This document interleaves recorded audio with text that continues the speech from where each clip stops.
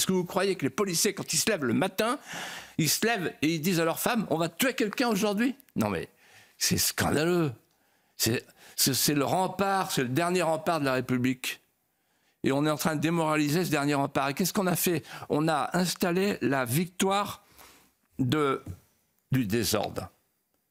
En disant aux malfrats, à la racaille, aux délinquants, vous êtes, c'est l'inversion victimaire, vous avez un privilège immunitaire, en face de vous, il y a la police qui tue, donc vous pouvez les désigner comme vos ennemis. Et on dit aux policiers, vous surtout, n'utilisez pas votre arme, parce que sinon c'est les pires ennuis. Et donc ça s'appelle la démoralisation du rempart de la République. C'est ça qui est en train de se passer. Enfin, je voudrais ajouter quelque chose qui vous concerne, Elliot. D'une part, les maires parlent, et ça change tout. La mère de Philippine a parlé, la mère d'Elias a parlé, la mère de Lola a parlé. Les maires parlent. Et ça change tout. Pourquoi? Parce qu'on ne peut plus dire que c'est des faits divers maintenant. Quand les maires parlent, ça devient des faits de société. Et enfin, honneur à CNews. J'ai bien regardé cette semaine. C'est CNews qui a commencé. C'est CNews qui a parlé de l'affaire Matisse. C'est vous qui en avez parlé samedi matin. Et il a fallu attendre le dimanche, mais c'est venu après pour qu'on ait la dépêche de l'agence de France Propagande, la AFP. Voilà. Et puis ensuite, tout le monde est venu derrière, vous voyez. Donc en fait, vous êtes les grenadiers voltigeurs de la France en veille. Honneur à CNews. Pendant que vous nous parliez, Philippe de Villiers, Benjamin, qui est en régie, m'expliquait que sur CNews ce vendredi après-midi, l'avocat de la famille a réagi. L'avocat a été contacté et a pu être reçu par 2 conseillers.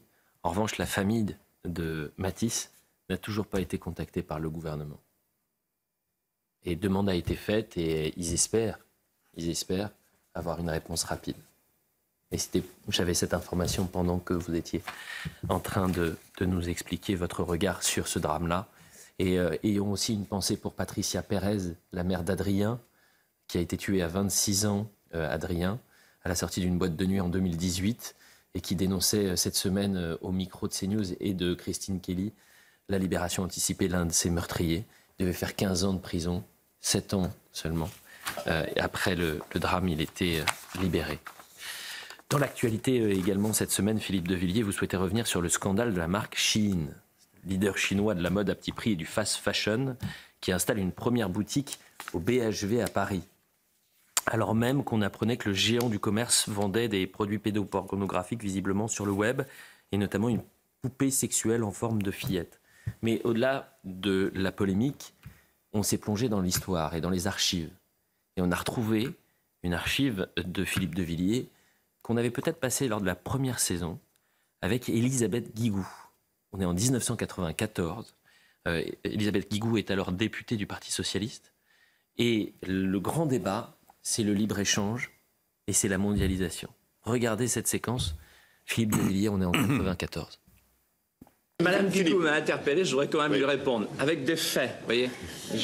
Avec des faits, parce que... Tenez, regardez. Oui. Je vois que vous ne négligez pas les gadgets. Hein. Regardez ces 2 chaussures. Oui, elles sont jolies d'ailleurs. Voilà. Avant, après. Ça, elles sont comparables, ces 2 chaussures.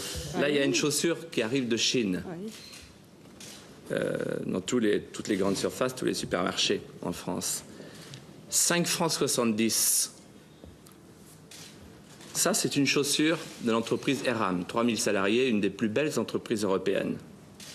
Rien que le prix de la matière première, 15 francs 70. Prix de vente, 47 francs, à cause de la différence du coût de main-d'œuvre. Alors, il y a 2 solutions.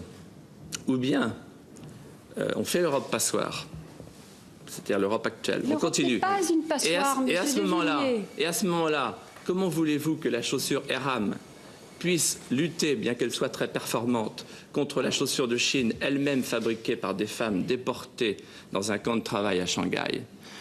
Comment accepte-t-on qu'il y ait des populations laborieuses qui soient exploitées et qui viennent faire concurrence à nos entreprises, une concurrence structurelle, il ne s'agit pas de dumping, Moi, je dis, Mais, je dis que, madame, je dis que ça n'est pas possible. on arrête là, on y reviendra tout à l'heure parce que l'ouverture des frontières, c'est manifestement le point de désaccord entre vous. On fabrique avec le travail des enfants, 200 millions d'enfants dans le monde, Vous acceptez ça ou pas ? Non. Je demande une clause sociale justement pour éviter ça. En même temps, Monsieur de Villiers, je crois que, voyez-vous, eh bien moi je suis très contente. Quand je sais que des Chinois conduisent des voitures Peugeot en Chine, quand je sais qu'ils mangent des yaourts Danone, quand je sais qu'ils boivent notre cognac. Et par conséquent, le commerce, eh ben c'est l'échange, c'est vrai. Il faut accepter d'importer, d'exporter. Et quand une si vous voulez entreprise pas se délocalise, et quand une entreprise déménage de chez nous... Si vous ne voulez pas importer, vous allez fermer. Et c'est comme ça que vous coulerez la France, Monsieur de Villiers.